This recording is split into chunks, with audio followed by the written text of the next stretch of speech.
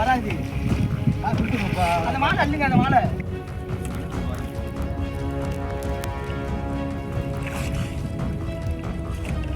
ஒன்று கிடையாது எங்க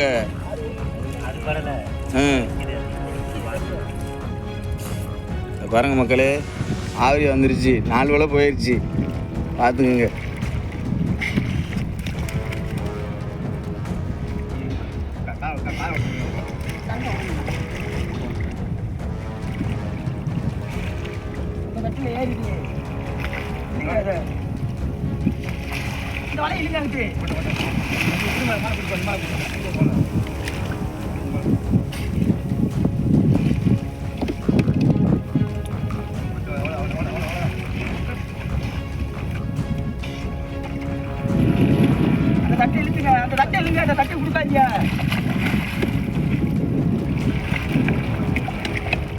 கட்டிச்சா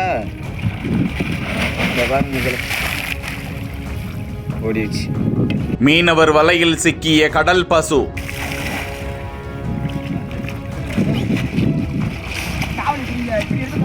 பத்திரமாக மீண்டும் கடலுக்குள் விட்டு சென்ற மீனவர்கள் குறித்த காட்சி. பாருங்க மக்களே, ஆவரி வந்துருச்சு, 4 வேளை போயிடுச்சு, பார்த்துக்குங்க.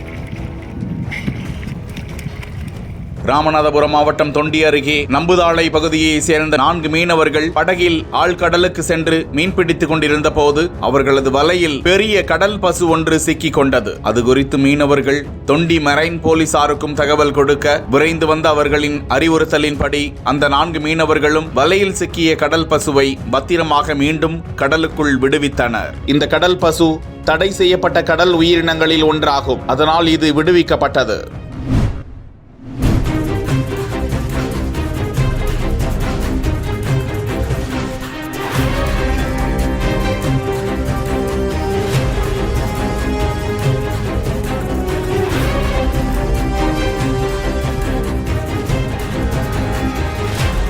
நம்மளாலே ஒருத்தர் டோக்கன் வாங்கி உள்ள பேஷண்ட் மாதிரி நான் சொல்லிச்சு சார். அவர் இது பண்ணிட்டு அதுக்குள்ள அவர் நான் இங்கே நின்று தான் வீடியோ எடுத்தேன்.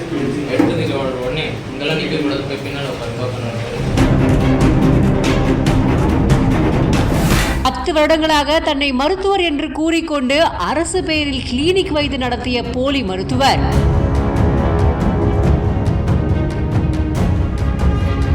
தான் போலி மருத்துவர் என்று கண்டுபிடிக்கப்பட்ட நிலையில் நைஸாக டேக்கா கொடுத்து தப்பி ஓடிய காட்சிகள். எவ்வளோ நாளாக இங்கே வரீங்க இந்த ஹாஸ்பிட்டலுக்கு? 4-5 வருஷமாக வரீங்க. ஆப்ரேஷன்லாம் பண்ணுறாரா? ஊசி மாத்திரை குளுக்கோஸ் போடுறாரு. கிளினிக்கில் வைத்திருந்த ரகசிய பார்மசியில் கிட்டத்தட்ட 3 லட்சத்துக்கும் மேற்பட்ட மருந்துகள் பறிமுதல்.